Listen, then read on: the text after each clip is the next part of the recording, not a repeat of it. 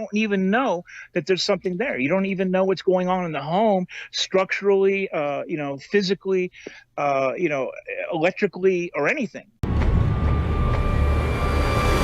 you go into a place, you don't want to try to find the data that supports a haunting. You want to go in there to find out what's going on, to take it off the list, so you know what you're dealing with, so you can concentrate on what the event is. And I frustrate people when I say that, because they're saying, well, the first thing I do is I go in and get an EVP. I said, well, why? You don't even know that there's something there. You don't even know what's going on in the home structurally, physically, electrically, or anything. You're just thinking something's going on, and a lot of the EVPs that I hear these days, and it probably might be just my ear, a lot of it sounds like it's very over processed. It's like listening to a robot, and and then they give audio cues saying, well, it says Bob goes to the store. Well, if you tell me it says Bob goes to the store, my ear's going to tune in on it and say, oh yeah, that's what it sounds like. Right. Well, part of the problem too is, though, and I'm trying to get people away from this.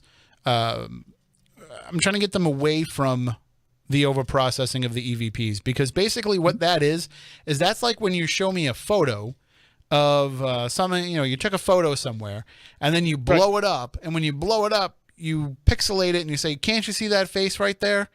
Well, that drives me absolutely because wild. You've totally blown it now out of perspective. And it's the same thing with the overprocessing of the audio now, where you can hear anything in the white noise or even in the static silence if you're going to blow it up that much. And it's ruining things. I like to hear it when, you're on an investigation and somebody comes over and just plays it for you off their recorder.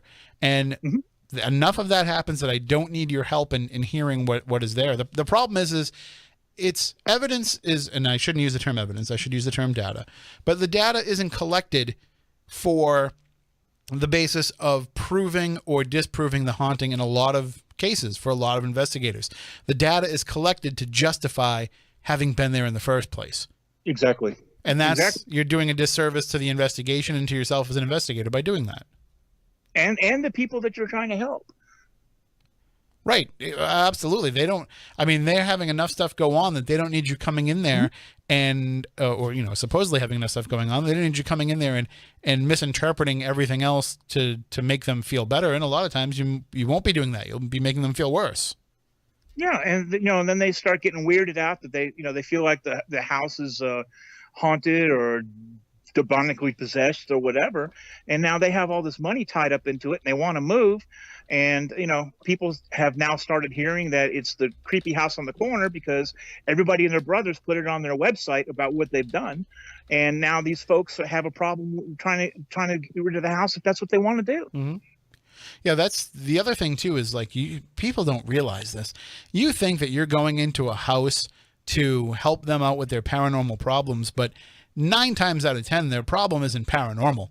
It's something else going on within the family that you're going to now insert yourself into as, I look at it. You ever see that movie? It's very, very, very obscure movie these days, but the Dennis Leary movie, The Ref, where he's just trying to break into this house to steal something, and he ends up being stuck in this family's drama. That's what you're doing as a paranormal investigator when you take on residential cases.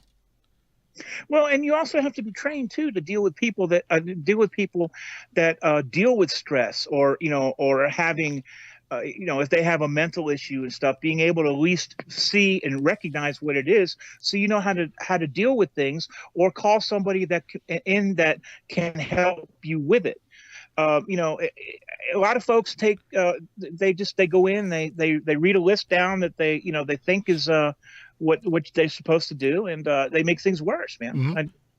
That's why one of the first. So listen, if you go over somebody's house, you're just going to visit somebody.